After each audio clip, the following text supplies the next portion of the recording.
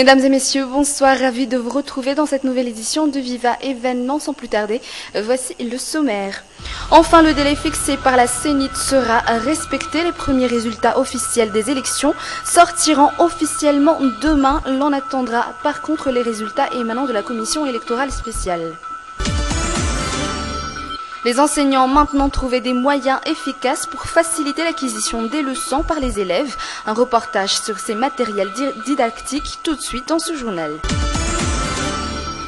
Et des études scientifiques suisses auraient prouvé que Yasser Arafat, l'ancien leader palestinien mort en 2004, aurait été victime d'empoisonnement au polonium.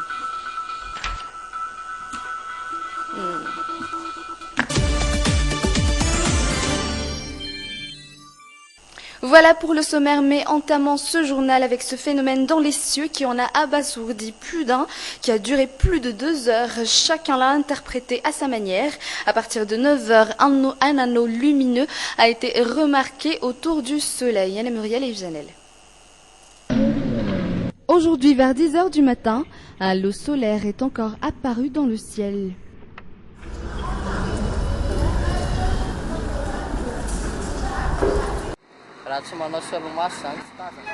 On ne peut rien voir sans lunettes. Je n'arrive pas à imaginer ce que c'est.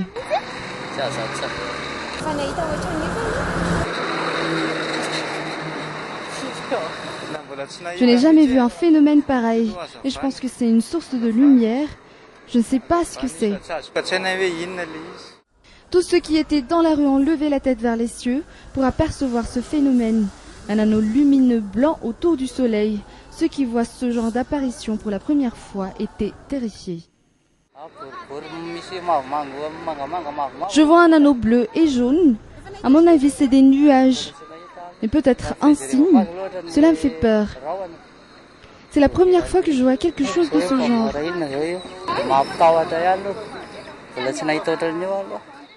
Si cela a pu terrifier certains, d'autres pensent plutôt que cela prédirait la tombée de la pluie. Je ne le vois que maintenant. C'est comme un signe que la pluie va tomber. Un anneau solaire, voilà comment les scientifiques appellent cet anneau lumineux autour du soleil. Et à la veille de la sortie des résultats provisoires venant de la CENIT, à 17h49, 19 930 bureaux de vote sur les 20 001 bureaux de vote ont été confrontés avec un taux de participation de 61,85%, donnant le classement suivant. À la première place, c'est toujours Jean-Louis Robinson, 21,10%. Seconde place, Radon Armampian avec 15,92%. Troisième place, Adou Andianenarville, 10,52%. Suivi de près par Roland Ratsirak avec 9% des votes. Et devançant Camille Vital avec ses 6,85%. Et je l'ai dit, les résultats provisoires émanant de la CENI sortiront officiellement demain. Tous les résultats venant de toutes les régions de Madagascar ont été confrontés. La réunion lors de laquelle des mesures seront prises par rapport au bureau de vote, desquels on n'a pas reçu de résultats, s'est tenue cet après-midi.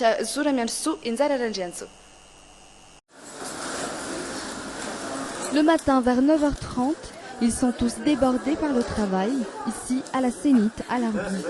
Jusqu'à 22h, heure à laquelle les résultats venant d'Amboumbé Anjoui, ils n'ont pas eu un seul temps de répit, malgré que leur tâche soit sur le point d'être achevée.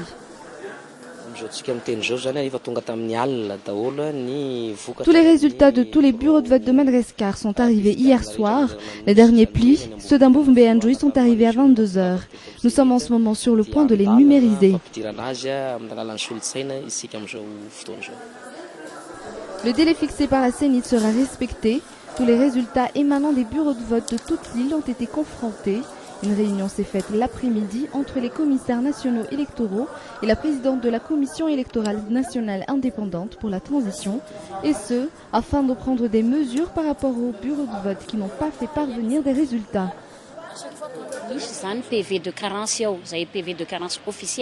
Il y a ce qu'on appelle les procès-verbaux de carence approuvés par le président de la SRMV. Aucun résultat n'a pu être reçu de certains bureaux de vote. Cela peut être à cause des dalles qui étaient passées par le village au moment de l'élection.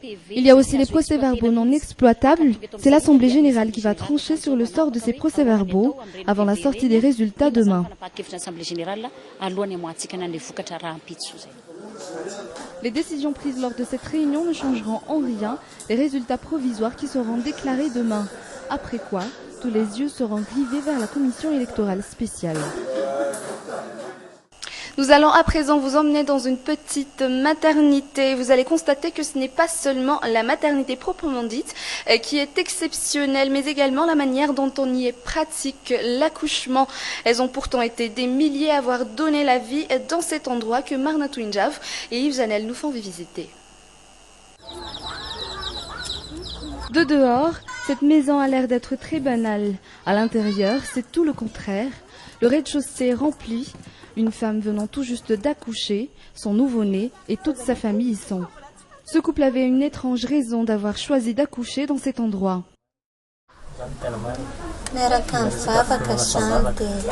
Ce sont des gens qui vont dans la même église que nous. En plus, ici il n'y a jamais eu de complications. Voilà pourquoi on a choisi d'accoucher ici.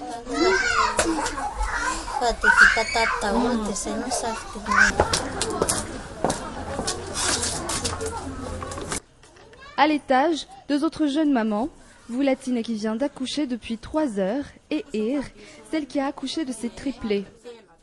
C'est elle, Rassaz, ou encore la sage-femme du quartier, qui a fait naître ses bébés. Elle a des pratiques pas très communes pour accoucher. Je prie pour elle, je l'ai fait prier avec moi, ensuite l'enfant naît sans problème. Un accouchement dans la prière, c'est ainsi que cette mère de famille a réussi de faire naître des milliers de bébés depuis maintenant plusieurs dizaines d'années. Selon elle, la prière peut faire des miracles. La preuve, la naissance de Zouane.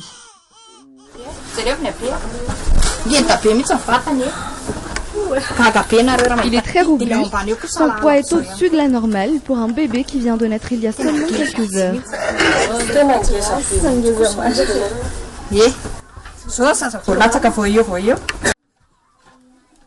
Tout comme le petit Zouane, ces triplés ont aussi marqué cet endroit. Tous les 3 sont en bonne santé malgré qu'il y ait eu un jour d'intervalle entre Finoun, Fanatenan et Fitiavan. Ils sont nés samedi dernier, mais tout en faisant un suivi sur leur santé, leur mère, extrêmement comblée par cet heureux événement, mais qui n'a pourtant pas les moyens de subvenir aux besoins de ses 5 enfants et ses 3 nouveau-nés.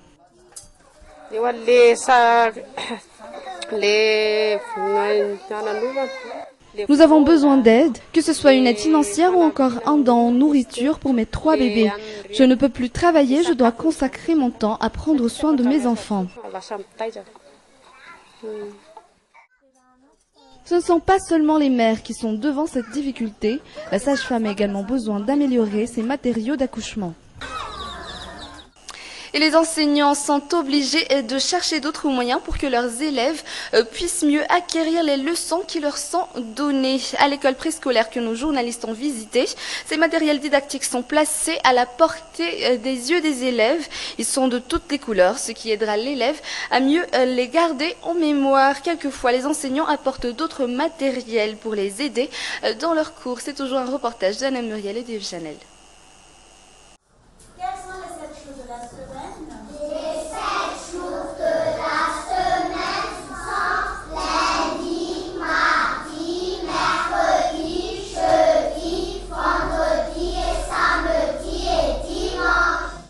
Un jeudi matin, les élèves doivent se pencher sur la leçon portant sur les 7 jours de la semaine. Lundi s'écrit L-U-N-D-I. Quel est le jour après jeudi? Le jour après jeudi, c'est vendredi. Nous sommes ici dans la classe préparatoire, que des enfants de petit âge. Voici l'outil qu'ils utilisent. On l'appelle la planche didactique. On la met au même niveau que le regard des enfants pour qu'ils ne puissent pas l'oublier, ni même son orthographe. Ny mazava-dehibe ny planche didactique zany dia le mémoire visuelle any ankizy. La planche didactique est surtout utile pour la mémoire visuelle des élèves. Ils la voient tous les jours. Ils sauront comment écrire le mot lundi, par exemple. Les élèves sont surtout attirés par les couleurs puisque ce sont des enfants. C'est pour cela qu'on y a mis des dessins avec différentes couleurs. En plus, cela les ravit. Mahafinaritra amin'ny masony zany tonga dia mijery an'io hoe ay misy sarina nosy kely, misy sarina baolina kely, crayon dia tonga dia manintona anazy mihitsy zany. Même pour ceux qui sont un peu plus grands, ces matériaux didactiques sont aussi utiles. Il est important qu'ils les retiennent en mémoire. Quand on utilise alors la balance comme ça, il faut utiliser les masses. Voilà. Ici, l'on donne un cours de mesure de masse. Pour mieux faire comprendre aux élèves, la maîtresse a même apporté une balance Roberval. Ce matériel n'a pas figuré dans la liste initiale des matériaux à utiliser pendant les cours. C'est de maîtresse Feinte que vient cette idée pour mieux faire passer les leçons. Je viens de donner un cours de mathématiques, les mesures. Et je peux vous dire que les matériels didactiques sont très utiles. Cela aide la mémoire visuelle de l'enfant, ce qui le permet d'assimiler facilement. Là, par exemple, c'était très facile de faire comprendre la leçon puisqu'ils ont pu constater de leurs propres yeux, avec la balance, qu'on parlait de poids.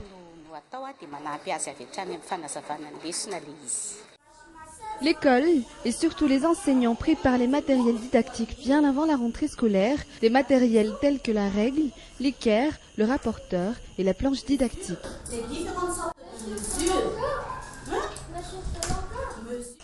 Et rappelons toujours que Viva diffuse désormais en non-stop. Sachez qu'après cette édition, vous verrez bien sûr vos émissions préférées, habituelles, mais également la rediffusion du journal, des films, des émissions découvertes, de la musique et bien d'autres encore. Et sachez également que demain, à partir de 15h, vous allez suivre à la radio comme à la télé Viva une émission spéciale sur les résultats provisoires venant de la Zénith, mais également les premières analyses. Mais en attendant, notre rendez-vous est toujours le même, 20h15, toujours dans Viva événement en version française. Au revoir.